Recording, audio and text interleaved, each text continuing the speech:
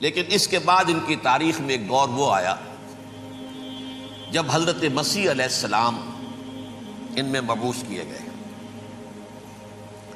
یہ 1400 سالہ تاریخ کا کلائمیکس ہے یہود کی۔ جب کتاب انہیں دی گئی تھی تورات حضرت موسیٰ کے ذریعے، وہ 1400 قبل مسیح کا واقعہ ہے۔ اس وقت سے لے کر اللہ کا وہ فضل ان پر ہوا کہ کوئی ایک لمحہ ایسا نہیں آیا 1400 برس میں کہ ان کے ہاں کوئی نہ کوئی نبی موجود نہ۔ یہ تار ٹوٹا ہی نہیں، 2 سے شروع ہوا، موسیٰ ہارون علیہ السلام، اور 1400 برس کے بعد پھر آخری 2 ہیں، عیسیٰ اور یحییٰ علیہ السلام، یوں سمجھ لیجئے۔ اور اس کے درمیان یہ تار ہے، اور اس تار میں کوئی ایک لمحہ ایسا نہیں آیا کہ کوئی نبی موجود ہو۔ اس میں اتار چڑھاؤ بہت سے آئے ہیں، اس کا وہ میرا موضوع نہیں ہے اس وقت۔ قبل مسیح کی تاریخ جو ہے وہ میرا موضوع نہیں ہے۔ قرآن مجید میں سورہ بنی اسرائیل کے پہلے رکوع میں اس کا تذکرہ موجود ہے۔ وَقَضَيْنَا إِلَىٰ بَنِي إِسْرَائِيلَ فِي الْكِتَابِ لَتُفْسِدُنَّ فِي الْأَرْضِ مَرَّتَيْنِ وَلَتَعْلُنَّ عُلُوًّا كَبِيرًا، 2 مرتبہ ان پر عذاب کے کوڑے برسے۔ پہلے اشوریوں کے ذریعے سے جو شامی تھے، سیرینز اشوری کہلاتے ہیں، پھر بابلیوں کے ذریعے سے یعنی عراقیوں کے ذریعے سے، بیبیلونیا نام تھا عراق کا پہلے، ان پر بہت بڑی بڑی تباہیاں آئیں، اللہ تعالیٰ کی طرف سے عذاب آئے۔ اس کے بعد پھر دوسرے دور میں دوسرا اقتدار کا دور آیا، خربستیاں بڑھ گئیں، تو پہلے گریکس کے ذریعے سے، یونانیوں کے ذریعے سے، اور پھر رومیوں کے ذریعے سے پسوایا گیا۔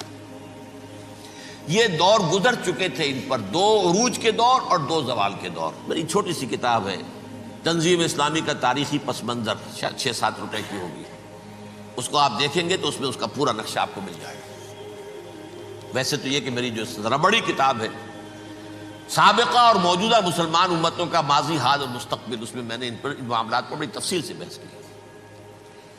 بہرحال یہ جو دور تھا ان کا 1400 سالہ، وہ اونچ نیچ سے ہوتا ہوا جب آیا ہے حضرت مسیح کی بعثت پر، تو ان کی شرارت کی انتہا یہ ہو گئی کہ اللہ تعالیٰ نے مسیح کو رسول بنا کر بھیجا، رسولاً الی بنی اسرائیل۔ حضرت موسیٰ اور حضرت عیسیٰ کے درمیان رسول کوئی نہیں ہے، سب نبی ہیں۔ حضرت موسیٰ رسول تھے اور حضرت عیسیٰ رسول ہیں۔ درمیان میں داؤد ہو، سلیمان ہو، یشعیاہ ہو، زکریا ہو، یہ سب نبی ہیں، یحییٰ نبی ہیں، رسول نہیں ہے۔ لہذا وہ شہید کر دیے گئے، رسول شہید نہیں ہو سکتا، قتل نہیں ہو سکتا۔ لیکن عیسیٰ اور موسیٰ کے درمیان 1400 برس ان کے جو ہیں، اس کا کلائمیکس ہے حضرت مسیح علیہ السلام کی بعثت، اور حضرت مسیح علیہ السلام کو جسے اللہ نے اپنی روح قرار دیا، روح منہ، کلمتہ القاہا الی مریم، اللہ کا کلمہ، عظیم ترین معجزات۔ انہوں نے کیا کہا؟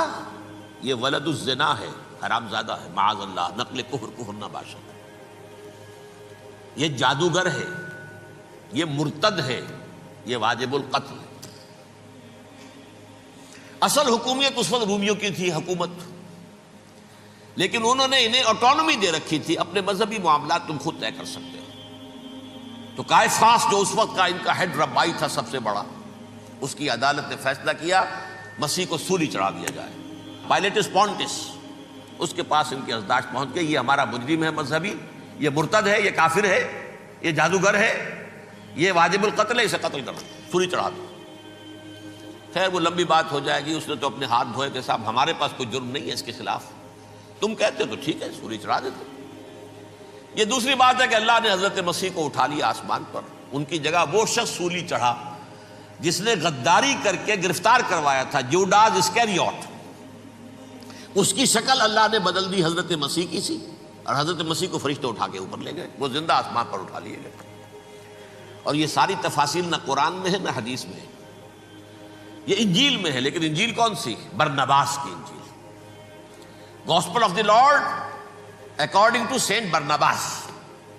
یہ حواریین مسیح میں سے تھے، لیکن عیسائی ان کو تسلیم نہیں کرتے، ان کی بائبل کو صحیح نہیں مانتے، کینونیکل نہیں مانتے۔ 100 انجیلیں تھیں، 104 تھیں، جن میں سے 4 چنی ہیں انہوں نے، یہ متی اور جان اور مرقس مارکس، یہ ہے تو یہ 4 انجیلیں ہیں انہوں نے تسلیم کیے کہ یہ کینونیکلز ہیں، یہ تو ہیں حقیقی، باقی جو ہیں 100 اس کو وہ تسلیم نہیں کرتے۔ ان میں سے ایک ہے یہ برنباس، اس میں یہ تفصیل ہے کہ اللہ تعالیٰ نے اس شخص کی، جیوڈاس کی، یہودا جیوڈاس اس کو انگریزی میں کہتے ہیں، اس کی شکل بدل دی حضرت مسیح کی سی، وہ گرفتار ہوا، وہ سولی چڑھا۔ وہ غدار تھا، غداری کی سزا اسے ملنی تھی، وہ مل گئی۔ حضرت مسیح کو فرشتے 4 اٹھ رہے ہیں، جس کوٹڑی میں حضرت مسیح مقیم تھے، ایک باغ کے اندر روپوش تھے، اس کی چھت پھٹی ہے، 4 فرشتے آئے ہیں، حضرت مسیح کو اٹھا کر لے گئے ہیں، چھت برابر ہو گئی ہے، اس کے بعد وہ شخص پکڑا گیا۔ بہرحال حضرت مسیح کو اللہ نے اٹھا لیا آسمان۔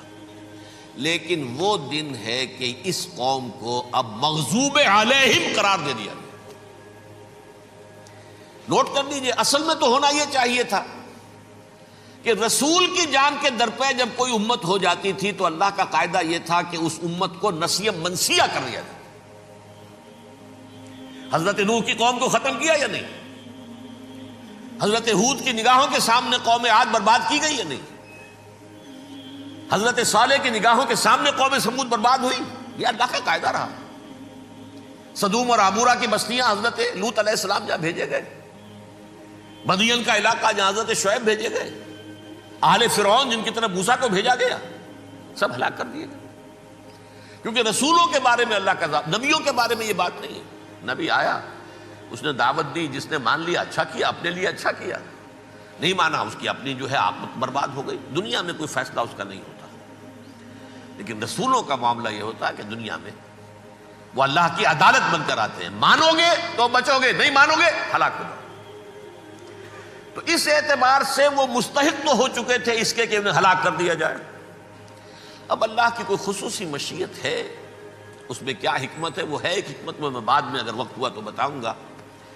فیصلہ یہ کیا اللہ نے کہ حضرت مسیح کو تو اٹھا لیا زندہ، اور ان کی رسی ابھی مزید دراز کر دی کہ ان کو ابھی مہلت دے دی کہ تمہیں آخری استیصال، جس کو عذاب اکبر کہتا ہے قرآن، سورہ سجدہ جو حضور ہر جمعے کی پہلی رکعت میں فجر میں پڑھتے تھے، وَلَنُذِيقَنَّهُم مِّنَ الْعَذَابِ الْأَدْنَىٰ دُونَ الْعَذَابِ الْأَكْبَرِ لَعَلَّهُمْ يَرْجِعُونَ۔ چھوٹے چھوٹے عذاب اور ایک بڑا عذاب، جبکہ قوم بالکل برباد، نسیم منسیہ، کأن لم یغنوا فیہا، ایسے ہو جائیں جیسے کوئی تھے ہی نہیں آباد یہاں۔ لا یرا الا مساکنہم، اب ان کے مسکن نظر آتے ہیں، مکین نظر نہیں آتے۔ یہ عذاب اکبر جو ہے وہ ان پر نہیں آیا، حالانکہ وہ مستحق ہو گئے تھے اسی وقت۔ اس کو یوں سمجھیے کہ کسی شخص کو پھانسی کا حکم تو ہو جائے، ایگزیکیوشن نہیں ہوتا ہے، کئی سال گزر جاتے ہیں پڑے ہوئے، اور معاملات جو ہیں وہ چلتے رہتے ہیں۔ یہ معاملہ ہوا اس کے ساتھ، ورنہ یہ مستحق ہو چکے تھے آخری بربادی تباہی کے، عذاب استیصال، جڑ سے کاٹ دینے والا عذاب، وہ آ سکتا تھا ان پر اسی وقت، لیکن اللہ نے ان کی مہلت دراز کی ہے۔ لیکن اس کے بعد اللہ نے ان کو ایک اور موقع دیا۔ 600 برس بعد حضرت مسیح کے محمد الرسول اللہ صلی اللہ علیہ وسلم کی بعثت ہوئی، اور یہ میں سمجھتا ہوں کہ اس قوم پر اللہ کا اتنا بڑا فضل تھا، اتنا بڑا فضل تھا، اتنا بڑا فضل تھا۔ اب پھر ایک موقع دیا، عسیٰ ربکم ان یرحمکم وان عدتم عدنا۔ دیکھو اب بھی تمہیں ہم ایک موقع دے رہے ہیں، تمہارا رب تمہارے اوپر اب بھی فضل کرنے کو تیار ہے، رحم فرمانے کو تیار ہے۔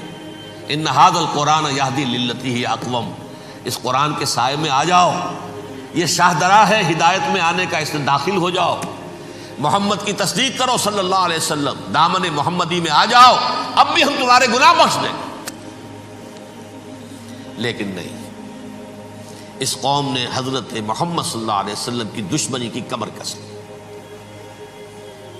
اور اب یوں سمجھیے اس تاریخ سے لے کر آج تک یہ گٹھ جوڑ ہے۔ ظاہر بات ہے کہ ابلیس کا بھی اصل دشمن اب کون ہے، یا ہدف کون ہے، ٹارگٹ کون ہے؟ جنہوں نے محمد کو نہیں مانا صلی اللہ، وہ تو ہے ہی جہنمی، ان پر کوئی اور محنت کرنے کی ضرورت کیا ہے؟ سمجھ گئے میری بات؟ حضور کی بعثت کے بعد جنہیں حضور کو رد کر دیا، ان پر ایمان نہیں لائے، وہ کون ہے؟ کافر، وہ جہنمی ہے ہی ہے۔ لہذا اس کے اوپر کوئی محنت صرف کرنے کی ابلیس کو ضرورت نہیں ہے، اس کا اصل ٹارگٹ امت محمد ہے صلی اللہ علیہ وسلم۔ وہ ساری نوع انسانی کی دشمنی اب آ کر مرکوز ہو گئی ہے امت محمد صلی اللہ علیہ وسلم کی دشمنی پر۔